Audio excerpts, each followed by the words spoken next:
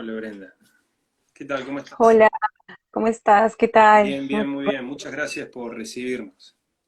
No, gracias a ustedes por la convocatoria.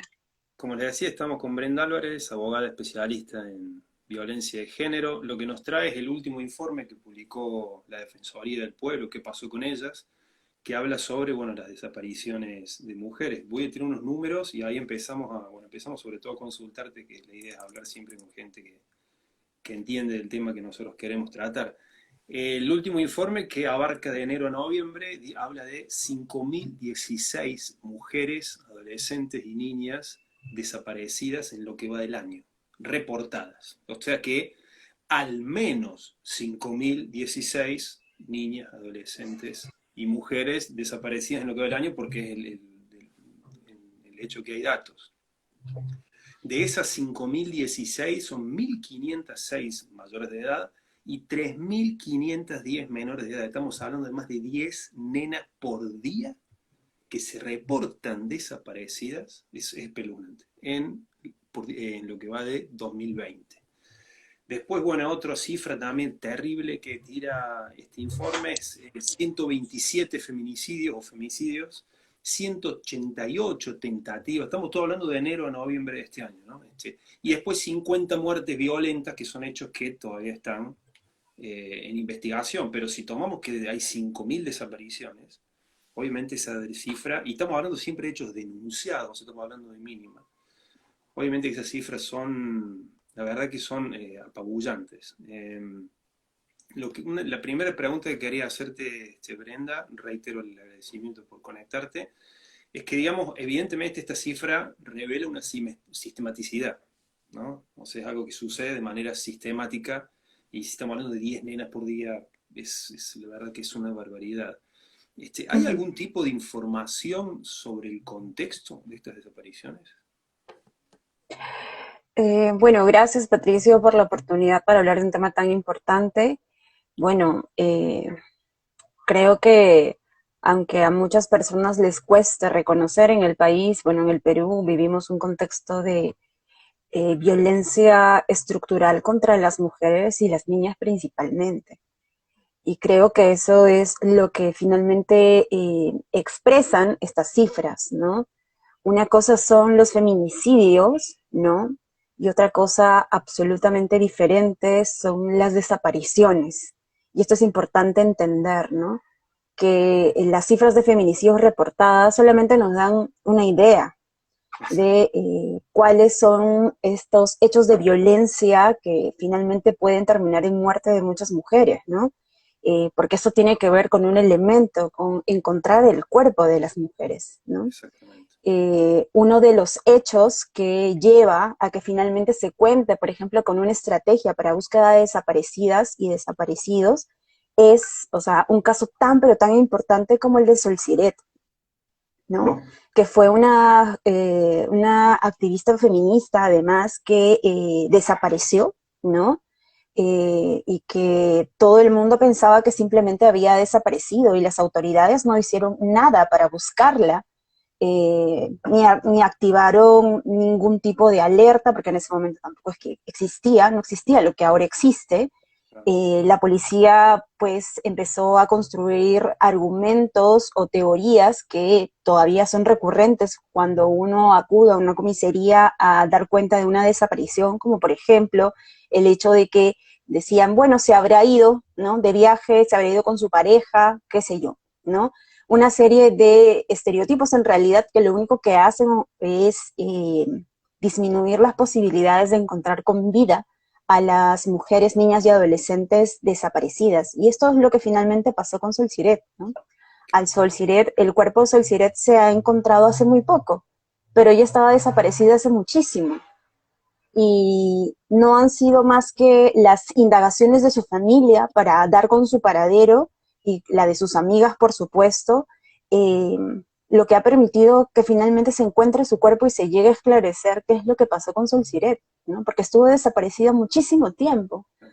Eh, y entonces, esto es importante. También es importante mencionar lo que pasó hoy día.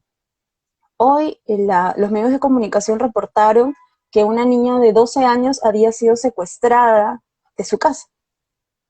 ¿no? Felizmente la niña ya fue rescatada, no se sabe todavía en qué condiciones es que se encuentra a la adolescente o la niña, ¿no? Pero se sabe que ya fue ubicada, ¿no? Eh, pero claro, ¿cuántas niñas como, o sea, esta niña ha corrido una gran suerte? Porque en este caso parece que la policía sí cumplió su obligación y empezó la búsqueda Una de actuación la rápida niña. hubo. Claro, que hubo una actuación rápida porque también los medios de comunicación, y eso también es muy importante mencionarlo, ¿no? Frente a un caso de cobertura mediática, o sea, hay mayor atención también de las autoridades y las autoridades se sienten vigiladas y hay como un control externo, ¿no? Al cumplimiento adecuado de sus funciones. Entonces, en este caso, esta adolescente pudo ser encontrada con vida y después de algunas horas nada más, ¿no? Muchas otras niñas y adolescentes no son encontradas, ni siquiera son buscadas, ¿no? Y esto es muy importante. Lo que tú decías, Patricia, y lo que la Defensoría del Pueblo también arroja en su informe, es una cifra, pues, devastadora, ¿no? Devastador. Más de 70%, me parece, de las desaparecidas son niñas y adolescentes. Exactamente. Entonces, podríamos decir que este es o sea, que hay conflicto entre los padres, digamos, ¿no? Que a veces uno se lleva al niño o la niña, pero aquí, cuando vemos las cifras, en Es muy realidad nos grande, estamos exacto. dando cuenta que la cantidad de niñas y adolescentes desaparecidas en relación con los niños y adolescentes desaparecidos es mucho mayor. Exacto. Entonces, no podemos soslayar esta información sin analizarla en el contexto en el que nos encontramos, ¿no? En un contexto donde la violencia es el pan de cada día, la violencia de género, y donde, por supuesto, tampoco existen mecanismos de protección adecuados, idóneos para las niñas y adolescentes. Y esto es muy importante referirlo, ¿no? Eh, Muchas veces se habla de la violencia contra las mujeres en general. Yo sí quisiera hacer un llamado, en realidad, a también situar, ¿no?, la violencia que atraviesan las niñas y las adolescentes. La violencia sexual, por ejemplo, ya está demostrado con evidencia científica que afecta específicamente en las edades de la niñez y la adolescencia. Sí. Eso no quiere decir que las mujeres adultas no vivamos No, por situaciones de violencia supuesto, no, sexual. no. Sin embargo, hay algo que está sucediendo, es decir, nosotros como Estado, o sea, el Estado y tampoco las familias, ¿no?, ni la escuela, estamos logrando ser lo suficientemente protectores para que las niñas y las adolescentes no vivan episodios de violencia. Supuestamente las niñas o la niñez y la adolescencia son etapas importantes y todos tenemos que protegerlas, ¿no? Y que el Estado tiene que garantizar políticas y bla, bla, bla. Pero eso es simplemente teoría, eso es discurso, porque en la realidad vemos violaciones sexuales, las más altas cifras de violaciones sexuales. ¿Quiénes son las víctimas? Víctimas que denuncian, ojo, ¿ah? Claro, Víctimas ese que es el punto, denuncian. es la punta del El, iceberg. Exactamente. exactamente, el 78% son niñas y adolescentes de denuncias de violación sexual. Delitos contra la libertad sexual, tocamientos indebidos, niñas y adolescentes, ¿no? Estamos viendo desaparición, estamos hablando de niñas y adolescentes. Estamos Pero hablando de quizás un embarazos tema grave, forzados. Ari, hay un tema grave, discúlpame, Brenda, es que Sí, también, digamos, yo no vi una estadística acá, lo admito, pero yo me acuerdo que en Argentina sí la había visto, eran 3 de cada 4 hechos de violación eran en casa por o una supuesto. persona muy cercana. Entonces, la verdad que es difícil, ¿no? Porque el diablo está al lado tuyo, ¿no? Sí, Y el diablo es digo lo yo, mismo. no el diablo, Sí, que es un ser humano. claro. No es Sí, que convertirlo en un monstruo porque es un fenómeno peor. claro. Lo Pero que bueno, pasa es que son monstruos, pero son personas que están a nuestro frente, ¿no? ¿Sabes? Nosotros pensamos que son monstruos, ¿no? O sea, así los es más imaginamos, fácil por ahí deshumanizarlo, pero no es así. claro, humanizarlo, pero no. O sea, es el abuelo, es el tío, es el Exacto. papá, es el padrastro, es el hermano. Y esto no es un invento de las feministas, ¿no? O sea, las cifras están ahí, o sea, los indicadores, o sea, las estadísticas están. Uno pensaría que la familia es un lugar seguro, no lo es. Exacto. O sea, eso es claro, en nuestro país no lo es. Eh, claro, cuando hablamos, por ejemplo, de las mujeres que han vivido situaciones de violencia sexual en la infancia, en la adolescencia, ahí tendríamos que hablar de otras cifras, ¿no? O Totalmente. sea, las cifras se iban a elevar. Y bueno, y eso es solamente por hablar de mujeres y adolescentes, ¿no? Digamos por mujeres, pero también los niños Sí. son afectados por la violencia sexual en la infancia. Entonces nadie habla de eso. O sea, hablamos y a veces a muchas personas, o sea, de verdad se rasgan las vestiduras cuando se dice que en el Perú existe la cultura de la violación sexual. Por supuesto que existe. Y existe porque en principio no lo abordamos con naturalidad, ¿no? O sea, no reconocemos que es un problema que existe en nuestra sociedad. Y si es que no lo vamos a reconocer, si no reconocemos que es latente y en realidad eh, es una emergencia nacional, como decíamos, ¿no? Y como también lo dijo la primera ministra, o sea, una de las pandemias que estamos viviendo y con las que vivimos las mujeres, ¿no? Es la violencia de género, todos los días, ¿no? O sea, Exacto. y en todas las etapas de nuestras vidas, ¿no? Entonces, primero no se reconoce eso. Entonces, tú no reconoces el problema, no puedes enfrentarlo, ¿no? No puedes enfrentarlo. Desde que o uno ve la violación sexual o la violencia contra las mujeres como un tabú, ¿no? Muchas familias se niegan a hablar o a identificar las situaciones de violencia en sus propios entornos familiares. Y esto es parte de la cultura de la violencia, o sea, y de la violencia sexual sobre todo, ¿no?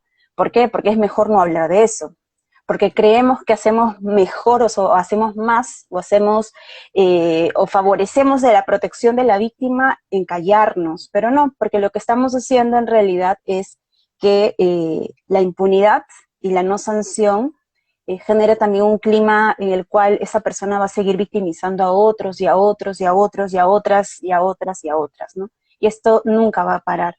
Entonces, claro, eso no solamente pasa en nuestras familias, sino también pasa en el Estado, ¿no? Claro. Eh, una de las cosas que a mí me parecen que aún no se logra abordar de manera adecuada es los mecanismos de prevención de la violencia en la niñez y la adolescencia, ¿no? O sea, violencia de género, o sea, en niñez y adolescencia. Y esto pasa por no solamente una educación sexual integral, ¿no?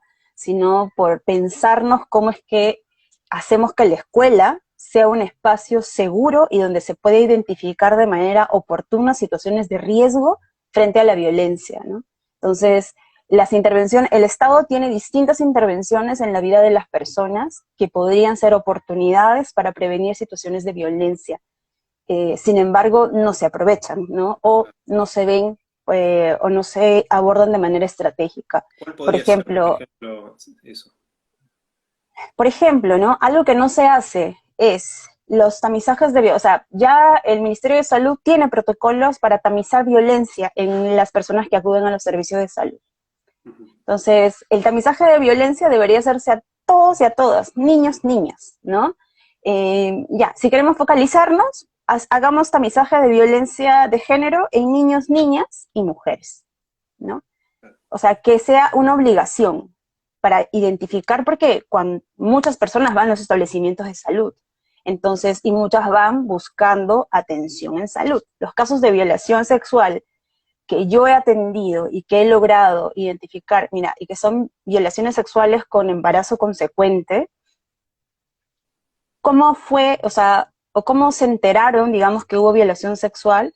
Porque a la niña no le venía el periodo, o tenía, digamos, náuseas, o se sentía muy mal, o estaba descompuesta, ¿no? Entonces, a esa niña se le practicaba el tamizaje, no, sino es que como que, bueno, se descartaba, se descartaba, se descartaba, y luego decían, oh, está embarazada. Claro. ¿De quién está? O sea, cuál es el hecho que genera el embarazo? La violencia, pero la violencia estuvo ausente durante toda la intervención, ¿no? Entonces, las escuelas también, ¿no? O sea, las escuelas también son espacios para poder tamizar violencia, ¿no? Entonces, claro, sin embargo, este es un reto grande porque también en las escuelas son espacios de victimización, ¿no? Y es algo que todavía el Ministerio de Educación no ha logrado superar, ¿no? Por ejemplo, un caso emblemático que todavía no tiene una solución adecuada e idónea es el caso, por ejemplo, de Amazonas, ¿no? Eh, allí muchos agresores sexuales, ¿no? Son docentes y no victimizan a una de sus estudiantes, ¿no? Sino incluso tienes pueblos indígenas en las que el profesor, que es una persona ajena a la comunidad, ha victimizado a 20, Claro, es a que hay en esos 15. casos, en eso, que ese tipo de depredador, digamos, la impunidad es, digamos, pues se podría hacer un paralelismo o esos casos que ha sucedido con la iglesia, ¿no? Cuando vos le das impunidad, bueno, obviamente la situación se agrava bastante, ¿no? Claro. ¿Y qué es lo que hacen las UGELes? Porque de alguna manera los servicios de educación están descentralizados, ¿no?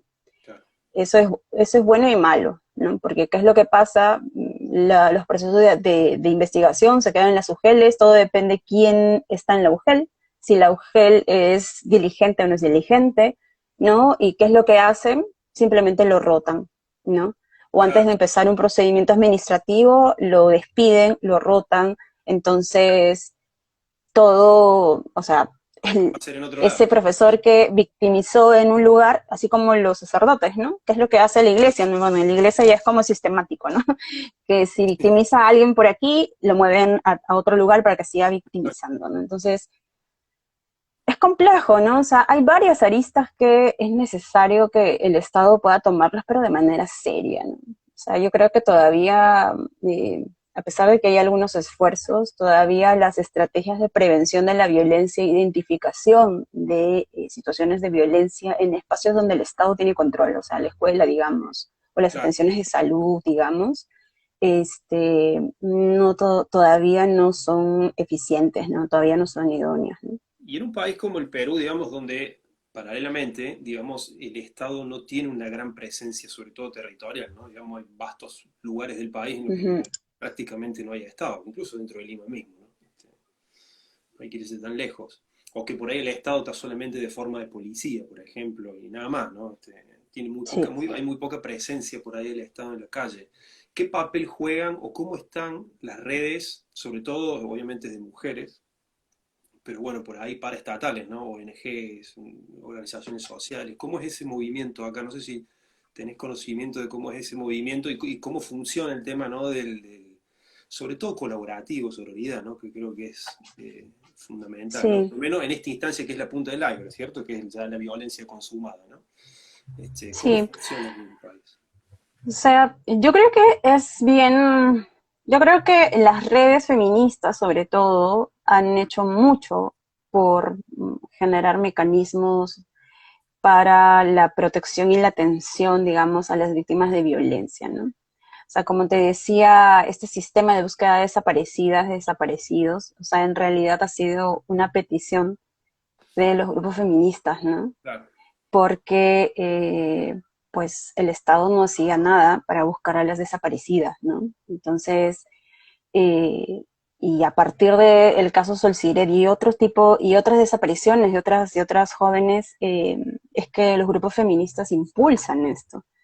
claro. Y esto es muy importante también identificarlo, ¿no? Porque muchas personas, o sea, aunque ya es menos, ¿no? Hay mucha animadversión al feminismo, pero discúlpenme, a Solciret, o sea, la buscaron sus amigas, Claro. ¿no?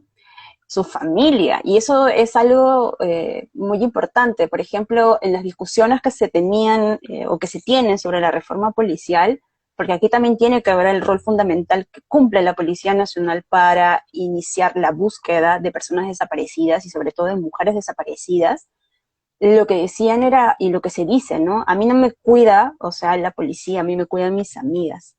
Y Claro. eso es verdad, ¿no? O sea, el caso de Solciret es el ejemplo más claro, ¿no? O sea, año tras año, o sea, un grupo de jóvenes feministas buscando a su amiga, haciendo plantones frente al Ministerio Público, haciendo plantones frente a la Policía Nacional, reuniéndose con uno, reuniéndose con otro, en una búsqueda que casi era solitaria, ¿no?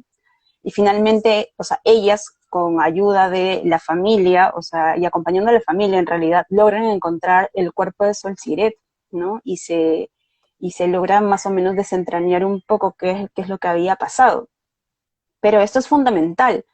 Creo que ha, hay muchos espacios todavía de discusión dentro del ámbito del feminismo. Creo que el feminismo es una herramienta que nos da a las mujeres y a las personas de la disidencia sexual un espacio de acompañamiento, ¿no? O sea, por ejemplo, el otro día leía en un semanario bastante vergonzoso, dicho sea de paso, eh, la alusión o la crítica a, la, a todo este rollo que hubo por la decisión de una sala en Ica de absolver a una persona procesada por violación sexual, ¿no?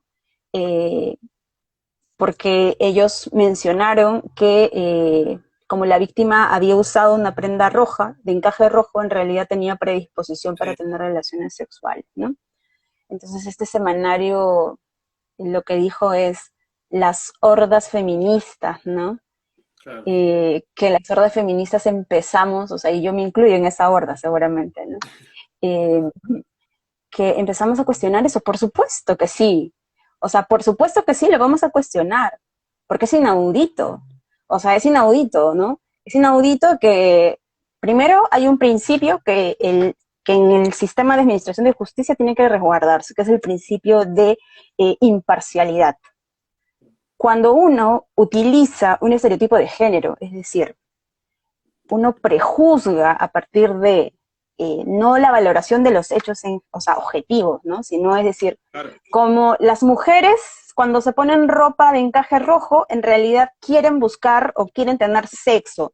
Eso es un estereotipo de género, por supuesto que es un estereotipo de género. Porque yo podría ponerme una ropa de encaje rojo porque a mí me encanta, digamos, el rojo, pero eso no tiene nada que ver con que yo esté predispuesta a tener relaciones sexuales. Y digamos, si es Si que ese día pudieras yo quisiera tampoco, tener no te tienen relaciones que forzar. sexuales, claro, claro que sí. Y si yo tuviera la disposición, también podría echarme para atrás. Es decir, y eso es como entendemos también el consentimiento, ¿no? O sea, uno piensa que el consentimiento, digamos, es algo, es como un papel que tú firmas y que cuando tú firmas, o sea, ya no hay vuelta atrás. Eso es mentira, eso no es así. O sea, el consentimiento, una de las características del consentimiento para que sea válido es que el consentimiento es temporal. Es decir, que si tú, digamos, inicias un acto sexual y de luego ya no quieres seguir, eso tiene que respetarse Exacto. porque es tu derecho, porque es tu cuerpo. Pero claro, aquí no se entiende eso. No se entiende porque partimos de un estereotipo de género, partimos de concepciones machistas, ¿no? Entonces, ese tipo de argumentos, o sea, en el derecho, no están permitidos. Entonces, claro, para este semanario, el cuestionar eso y llamar la atención de que se empleen estereotipos de género, ¿no? Como argumentos para sustentar una decisión judicial, ¿no? Que además le niega la posibilidad de acceder a justicia a una persona que está denunciando violación sexual, para ellos es actuar como una horda feminista, ¿no? Una sin razón, ¿no? O una exageración. No, porque si, por ejemplo, nosotros utilizaríamos un estereotipo sobre, utilizando el terruqueo, seguramente para ellos no habría, o sea, no habría discusión, ¿no?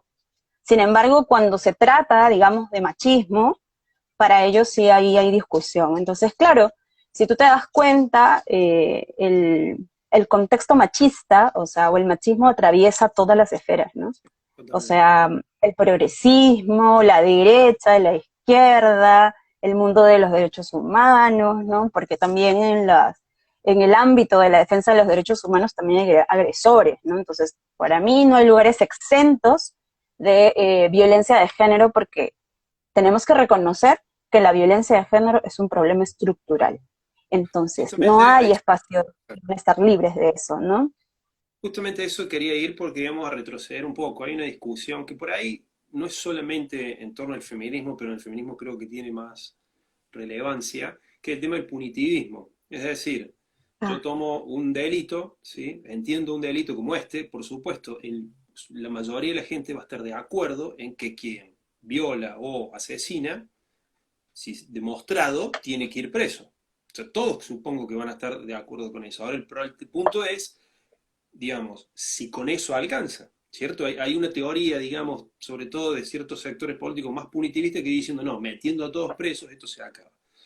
El otro es sí, la contraparte, que es el análisis más sociológico del fenómeno, que te vas un poco antes, que lo que vos estabas diciendo. También lo que genera, creo yo, es mucha incomodidad, evidentemente, porque es muy fácil decir, claro, yo nunca violé a nadie, que meten preso a todos los violadores, y yo soy un heterosexual, de hecho, no tengo nada que ver, ¿viste? No hay problema, vamos las chicas, y estoy lejos y es mucho más tranquilo. Entonces, en ese sentido, digamos, justamente lo que voy a decir, este tema de que trasciende a todos los sectores de la sociedad, ¿cuán profundo crees que tiene que ser el cambio de la estructura social y sobre todo del modo en que nos tratamos, ¿cierto? ¿Hasta dónde Sí, crees que tiene que llegar? ¿Dónde empieza, digamos, teóricamente, ¿no?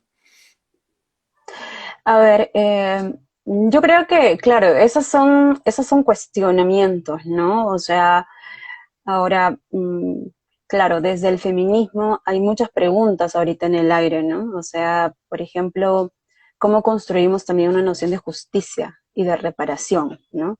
Cuando, por ejemplo, todo el sistema, eh, digamos, de administración, entre comillas, de justicia, está diseñado para que pierdas. Claro. Entonces, claro, tú dices, a ver, mira, ¿qué hubiera pasado si es que esta joven no hubiera denunciado? Y digamos, hubiera puesto su testimonio en la página de Ni Una Menos. A esa joven se le hubiera exigido que denuncie, ¿no? Porque es ¿Por qué no mentira, no denunciaste tienes cuando pasó? pruebas, ¿por qué no denunciaste y por qué no hiciste? O ya. La muchacha denuncia. ¿Y qué es lo que pasa? Con argumentos y con una valoración inadecuada de la prueba, no especializada de la prueba, que a mí me parece que en ese caso pues, han habido muchos errores, sobre todo de valoración de medios probatorios. O sea, en vez que estén, o sea, bueno, eso lo podemos hablar luego, pero eh, entonces tú identificas que hay, o sea, que la justicia se le niega a esta joven que tiene la fortaleza de haber denunciado y haber pasado por todo lo que implica un proceso judicial donde tú eres la persona que denuncia y criticas la decisión de una instancia que resuelve mal, ¿no? Que resuelve mal, o sea, que no hace su trabajo de manera adecuada, ¿no? Y también tienes la culpa, ¿no? Claro. O sea, también eres una horda, eres, o sea, el demonio casi, ¿no? Cuando el demonio en realidad está en otros lados, o sea, el enemigo está en otros lados, ¿no? O sea, yo siempre me pongo a pensar, ¿no? Porque, y una de las cosas que creo que nos falta es ser empáticos, ser empáticas con las personas, o sea, la empatía, creo yo, que una, es una necesidad en sociedades como las nuestras, ¿no? Hasta para entender a la persona que está siendo, digamos, señalada como agresor, ¿no? Esto es muy importante. O sea, nosotros, para mí, por ejemplo, mm, he tenido algunos conocidos, incluso amigos, que han sido señalados como agresores. Claro. Eh, y yo sé que no, no les hago bien a ellos, ¿no? En su proceso de identificar cuáles son sus errores, apañándolos, ¿no? Claro, es un tema eso, ¿no? Sí, bien Por delicado. supuesto que sí. Una cosa es, o sea, que yo sea su amiga, o sea, creo yo ahí la amistad y esa sororidad del feminismo también tiene que pensarse en qué hacemos si es que nuestros amigos, nuestros padres, nuestros hermanos son señalados como agresores, ¿no? Claro. Y por supuesto, allí nosotros tenemos que ser claras, ¿no? O sea, en principio, las personas todas podemos ser agresores y agresoras. Entonces, hay muchas personas que dicen, ¿no? Yo pongo las manos al fuego, ¿no? Por mi hermano, ¿no? Por tal persona, por cual, ¿no? Como si ellos hubieran estado en el momento de que se ocurre la violación sexual. O sea, ese tipo también de posicionamientos no son para nada empáticos, ¿no? Eh, ni con una parte ni con otra, porque por un lado la otra es como que, o sea, apela a un poder que esta persona, digamos, tiene, ¿no? Y que en realidad está llevando la discusión a los bandos, ¿no? ¿Quién tiene más poder o a quién se le dé? O sea, y yo creo que llevar a esos escenarios una discusión como esta, no está bien, ¿no? O sea, que no es lo adecuado. Yo creo que en principio es necesario dar apoyo a las personas que denuncian violencia sexual, a las personas que denuncian violencia. Yo creo que eso es muy importante porque, vamos, uno no gana una insignia, cuando hace público su testimonio. A mí me ha tocado muchas veces acompañar a muchas personas víctimas de violencia que por A o por B motivos han tenido que hacer público su testimonio y en realidad el costo es altísimo. Altísimo. O sea, y por eso es que yo siempre lo voy a decir. O sea, primero tienes que estar hiper preparado, hiper preparada para poder ventilar hechos o dar testimonio, porque vivimos en un contexto, en un país donde la violencia es el día a día, ¿no? La violencia de género. Entonces, no vas a recibir el apoyo, ¿no? O sea, muchas de estas personas piensan de que las víctimas que hacen público su testimonio la pasan muy bien, y eso es falso, No, ¿no? Y incluso yo eso es falso. imagino que cuando uno dice algo así, el hecho de que alguien no te crea debe ser bastante crudo, ¿no? Medio No, destructivo. es horrible. O sea, es Revictimizante. revictimizante, ¿no? Claro, Es revictimizante, o sea, y es doloroso que muchas personas, incluso del ámbito de los derechos humanos y de progresismo, porque bueno, yo principalmente les hablo a ellos, ¿no? No, a otros ámbitos, pues no, yo no puedo esperar mucho, ¿no? Pero digo, yo esperaría que en el ámbito de los derechos humanos o en espacios, digamos, académicos, digamos, como en la Universidad Católica, entre otro tipo de San Marcos, etcétera, o sea, exista incluso un mejor abordaje, o sea, un abordaje de la violencia de género, una perspectiva de los derechos humanos, si quieren, ya, no digamos feminista, ¿no? Ya, porque eso ya claro, es claro. pedir No, claro. mucho, ¿no? Digamos, de una perspectiva de los derechos humanos, ¿no? O sea, el de reconocer que hay una persona que está siendo afectada, ¿no? Entonces, creo que ahí es o sea, hay muchos retos todavía, hay muchas preguntas, o sea, creo que también es necesario empezar, y de hecho que desde el feminismo o sea, hay debates que en este momento se están dando, creo que es necesario pensar también de que con los fracasos que tienen las víctimas en el sistema de justicia muchas veces ha hecho necesario que las propias mujeres construyan ideales de justicia, ¿no? Claro. Y esto me lleva a pensar, por ejemplo, en las madres de México, bueno, en México, de las madres de las víctimas de feminicidio, ¿no? Claro. Que, y en esta madre que dijo, mira, ¿sabes qué? O sea, yo lo voy a quemar todo, porque a quien han matado, o sea, o a quien han asesinado, quien ha sido víctima de feminicidio ha sido mi hija, ¿no? Entonces, por supuesto, si fueran nuestras hijas, si fueran nuestras hermanas, si fueran nuestras primas, por supuesto que no tendríamos la posición que estas personas suelen tener con las víctimas, ¿no? Entonces yo creo que eso de ponerse en los zapatos de es muy, pero muy importante. Y es esa empatía que muchas veces no tenemos, ¿no? Exacto. Y digamos, en los últimos años, desde el punto de vista de la estructura del Estado, ¿qué avances ves? Y si ves algún retroceso también en el proceso que tiene la mujer de denunciar cualquier tipo de violencia, ¿no? ¿Cómo es esa respuesta del Estado? Si ha mejorado en algo, si hay algún avance o si al contrario, también supongo que también cambia la perspectiva nuestra, ¿no? Sobre qué es un avance y qué no. Hace 20 años lo que era un avance, Sí, por eso claro. también se puede entender que hay hasta retrocesos, porque la sociedad evoluciona y el sistema por ahí no tanto. Entonces, en ese sentido, ¿cómo lo ves? Aunque has contado bastante, pero Sí, yo creo que es innegable que han habido avances, ¿no? O sea, pero claro, avances en nuestro contexto, no en el contexto peruano. Porque no podemos medirnos con otros países, ¿no? No podemos medirnos con Colombia, digamos que está acá cerquita, y ni siquiera con Ecuador, digamos, ¿no? Sin embargo, creo que han habido pasos muy importantes, como por ejemplo la creación del sistema especializado en justicia de género o en violencia contra las mujeres, ¿no? O sea, creo que eso es necesario porque algo que no se entiende todavía con claridad es que los delitos motivados por la discriminación de género merecen una comprensión especializada, así tal cual el sistema especializado anticorrupción, y ese siempre es como mi ejemplo, ¿no? ¿Por qué es que los delitos vinculados a corrupción necesitan un sistema especializado? Porque son delitos que tienen características diferenciadas a otras, porque tienen distintos impactos, bla, bla, bla. Entonces, claro, hay fiscalías especializadas en anticorrupción, hay juzgados especializados en anticorrupción y hasta hay policía especializada en ese tipo en tratamiento de esos delitos, ¿no? Entonces, es la misma lógica, ¿no? O sea, es necesario tener un sistema especializado para que no se cometan pues los mismos errores de estos jueces de decir, ay, el calzón rojo, digamos, ¿no? O sea, que son los estándares mínimos.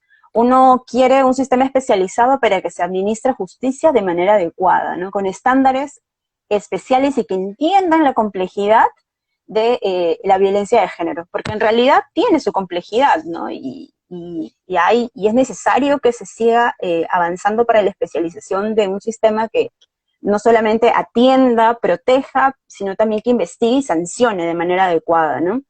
Entonces creo que ese es un avance que se tiene que seguir implementando, que creo que tiene que, ese es un avance súper importante. El sistema también de búsqueda de personas desaparecidas es, creo, fundamental, eso como un avance. Creo que también el incremento del presupuesto para atender la violencia de género es un elemento fundamental. Creo que si es que en el contexto en el que nos movemos, si no tiene presupuesto, no se ejecuta, no tiene importancia. Entonces creo que el asignarle mayor presupuesto a la lucha contra la violencia hacia la mujer, la violencia de género, ya aterriza en una centralidad, ¿no? O sea, cuán importante es este problema para el Estado, ¿no? Entonces, claro, otra cosa que a mí me parece fundamental es que ya se cuente con una política de igualdad de género, ¿no? Una política nacional de igualdad de género, donde se identifica como un problema público la discriminación por razones de género. Entonces, es decir, en ese documento es lo que te dice algo que todavía muchas personas niegan, ¿no? Ya el Estado en sí mismo ha reconocido que el problema, la discriminación contra las mujeres y las personas LGTBI es un problema público que además tiene implicancias estructurales. Y como tiene implicancias y arraigo estructural, necesita que se implementen medidas que trabajen la nación y la violencia, ¿no? Eh, yo creo que esos tres cosas son muy importantes, ¿no? O sea, que creo que sí estamos avanzando, creo que es lento todavía, creo que se tiene que ser, o sea, algo que todavía no veo son mecanismos para la prevención y la identificación de la violencia de manera temprana. Porque estamos identificando situaciones de violación sexual cuando ya hay una polivictimización, entonces no podemos postergar o no podemos simplemente reducir las acciones de prevención a la impresión de afiches, digamos, ¿no? O sea, se necesitan como herramientas más articuladas, creo yo. Y eso, en... ahí está, sí, sí. En ese sentido, digamos, ¿ves algún tipo de avance que, En las sanciones de digamos, en el tema de la prevención, prevención, ¿no? Que eso lo ves más verde. no, yo lo veo muy verde, ¿no? O sea, en el tema de prevención lo veo muy verde, ¿no? Incluso una de las cosas que me llama poderosamente la atención es que en las sesiones de Aprendo en Casa todavía no se haya tocado de manera como fundamental eh, la violencia, ¿no? La prevención de la violencia, ¿no? Eh, considerando que las cifras nos dicen que en el contexto de la pandemia la violencia de género, la violencia contra las niñas, adolescentes y las mujeres se ha incrementado, ¿no? Claro, Y la violencia familiar también.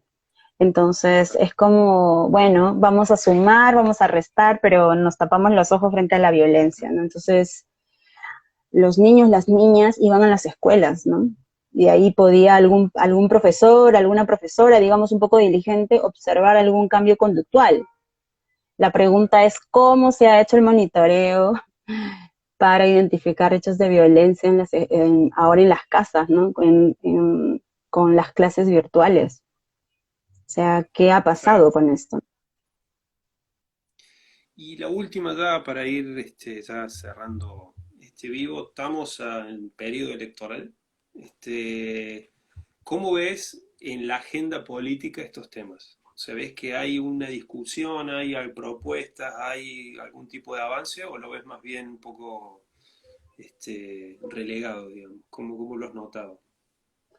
Bueno, yo creo que, o sea, primero creo que hay una instrumentalización, ¿no? De la violencia, ¿no? De la violencia contra las mujeres, sobre todo en etapa electoral.